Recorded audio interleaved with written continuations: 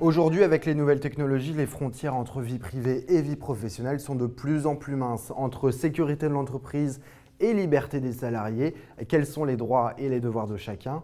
Anne-Laure Perriès fait le point.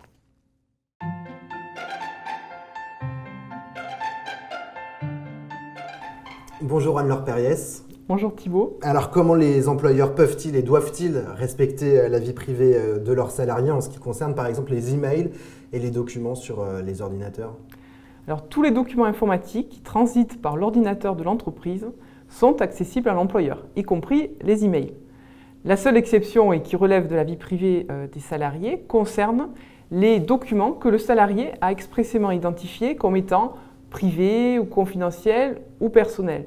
Mais par exemple Thibault, si vous enregistrez un document sous votre seul prénom Thibault, ça ne suffira pas à le considérer comme étant expressément personnel. L'employeur pourra y accéder et l'ouvrir. Aujourd'hui, on apporte souvent son ordinateur, son smartphone ou même sa tablette au bureau. Dans quelles conditions les employeurs peuvent-ils consulter les fichiers de leurs collaborateurs sur ces outils?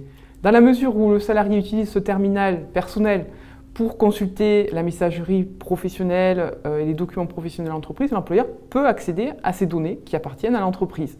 Et d'ailleurs, c'est nécessaire, notamment si le salarié se fait voler son téléphone portable, que l'employeur puisse, à distance, détruire les données qui sont contenues dans ce téléphone portable et qui relèvent du secret, par exemple, de l'entreprise.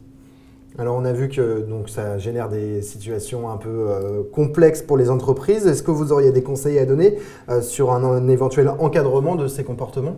C'est indispensable et je préconise à toute entreprise, quelle que soit sa taille, de prévoir une charte informatique qui va déterminer les règles, le mode d'emploi de l'outil informatique. Il s'agit d'ailleurs de l'outil qui appartient à l'entreprise ou de l'outil qui est amené par le salarié sur son lieu de travail, parce que le salarié, lui aussi, n'a pas forcément envie que ses photos de vacances se retrouvent sur le serveur de l'entreprise.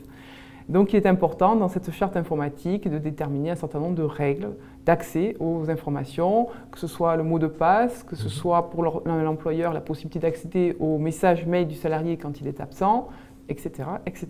Merci beaucoup Anne-Laure Perriès. Merci Thibault.